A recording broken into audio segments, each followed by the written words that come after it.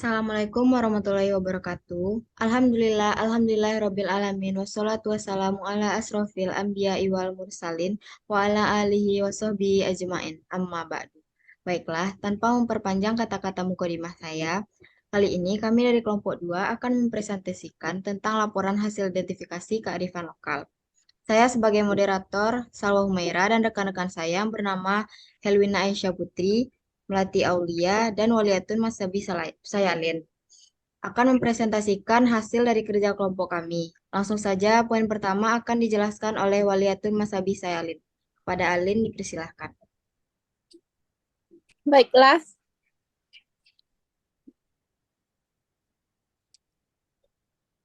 waktu dan lokasi observasi atau wawancara dilaksanakan pada hari Senin tanggal 13 Maret 2023. Lokasi Museum Bustanil Arifin Padang Panjang. Biodata informasi yang yaitu bernama Bapak Syahril, pekerjaan Dinas Pemuda, Olahraga dan Pariwisata Kota Padang Panjang, alamat dan nomor HP Bapak tersebut tidak ingin dicantumkan karena privasi. Peran terkait informasi kearifan lokal, bagian pariwisata pada Dinas Pemuda, Olahraga dan Pariwisata Kota Padang Panjang. Baiklah, saya kembalikan kepada moderator. Selanjutnya akan dibacakan oleh Helwina Aisyah Putri. Kepada Helwina, dipersilahkan. Hasil wawancara. Pertanyaan pertama, apa saja kearifan lokal seni pertunjukan yang khas di Kota Padang Panjang ini, Pak? Jawaban, sampai saat ini seni-seni pertunjukan yang masih ada itu dari dulu yaitu tari piring yang namanya tari piring suluh. Kemudian ada lagi tari bujang sambilan. Kemudian ada randai salapan dan sile. Nah, sile itu sudah ada dan berkembang sampai untuk kebutuhan kepariwisataan di desa-desa Kubu Gadang tumbuh yang namanya sile lainnya. Bahkan untuk seni-seni pertunjukan tersebut itu sudah menjadi mata ajar di isi Padang Panjang pada jurusan seni tari. Seperti tari bujang sambilan itu sudah berkembang lagi. Kesenian tradisi seni pertunjukan di Padang Panjang itu sudah mulai bisa dilestarikan bahkan dikembangkan. Dikembangkan dengan konsep dari disiplin seni pertunjukan sesuai dengan tempatnya. Konsep-konsep tariannya seperti sederhana dan gerakannya berulang-ulang. Pertanyaan kedua, seni pertunjukan apa yang sering ditampilkan dari dulu sampai saat ini, Pak? Jawaban, yang sering dipertunjukkan yang dari kita dapatkan di lapangan yaitu tari piring suluh dan tari gelombang, yang memang basicnya tradisi seni, tetapi memang yang paling sering ditampilkan atau dipertunjukkan itu tari piring suluh. Pertanyaan ketiga, bagaimana bentuk dari tari piring suluh tersebut, Pak? Jawaban, tari piring suluh ini gerak dasarnya yaitu silat, dan jadi terbentuklah tari piring suluh ini. Properti yang digunakan pada tari ini yaitu piring dan suluh. Dari dulu sampai saat sekarang, gerakan dalam tari piring suluh ini masih dilakukan dengan gerakan-gerakan yang sama, kecuali ada sedikit penambahan dari alat musik dan kostumnya. Tari piring suluh ini biasanya ditampilkan di pentas atau di depan halaman museum. Suluh diletakkan di atas kepala penari dengan api yang menyala, sehingga penari dituntut untuk selain lincah memainkan piring, penari juga harus bisa menyeimbangkan suluh yang ada di atas kepala.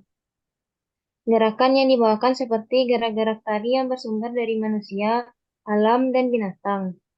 Pertanyaan keempat, berapa orang penari pada tari piring suluh tersebut, Pak? Jawaban, kalau untuk penari yang tampil pada tari piring suluh itu tidak pasti, tetapi biasanya penari pada tari ini itu genap seperti 6-10 orang penari dimainkan oleh laki-laki dan perempuan. Pertanyaan kelima, pada saat kapan saja tari piring suluh ini dilaksanakan, Pak? Jawaban, biasanya pada kegiatan-kegiatan ada alik nagari, kegiatan-kegiatan kekerabatan, atau juga kadang upacara adat dan biasanya untuk menyambut wisatawan atau tamu-tamu yang datang. dan juga kadang bisa festival, pertunjukan seni, atau juga kadang permintaan dari wisatawan yang ingin datang ke Kota Padang Panjang. Pertanyaan keenam, dari tahun berapa berdirinya Tari Pidang Suluh ini, Pak? Jawaban, setahu saya tari ini sudah ada semenjak tahun 1960-an dan pada saat itu ditarikan oleh Gaek Saliang. Saya kembalikan ke moderator. Baiklah, terima kasih. Selanjutnya akan dibacakan oleh Melati Aulia. Kepada Melati dipersilahkan. Satu uraian hasil identifikasi. Yang pertama yaitu tari piring sulah. Tari piring sulah merupakan tari yang menceritakan gambaran dari aktivitas atau kebiasaan masyarakat di Nagari Gunung Padang Panjang yang mayoritas mata pencarian penduduknya yaitu petani. Tari piring sulah ini gerak dasarnya yaitu silat dan terbentuklah tari piring sulah ini. Properti yang digunakan pada tari ini yaitu piring dan sulah.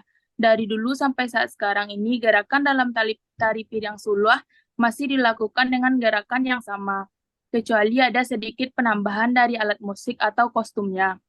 Tari piring sulah ini biasanya ditampilkan di pentas ataupun di depan halaman museum.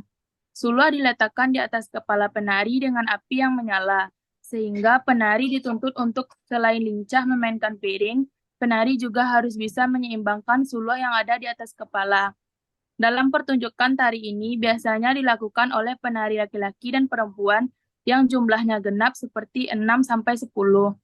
Tari ini membawakan gerak-gerak tari yang bersumber dari manusia, alam, dan binatang. 2. Pencak silat. Pencak silat merupakan seni bela diri yang dimiliki oleh masyarakat Minangkabau, Sumatera Barat, Indonesia yang diwariskan secara turun-temurun dari generasi ke generasi. Masyarakat Minangkabau memiliki tabiat suka merantau semenjak beratus-ratus tahun yang lampau. Untuk merantau tentu saja mereka harus memiliki bekal yang cukup dalam menjaga diri dari hal-hal terburuk selama di perjalanan atau di rantau. Misalnya diserang atau dirampok orang. Di samping sebagai bekal untuk merantau, silat penting untuk pertahanan nagari terhadap ancaman dari luar.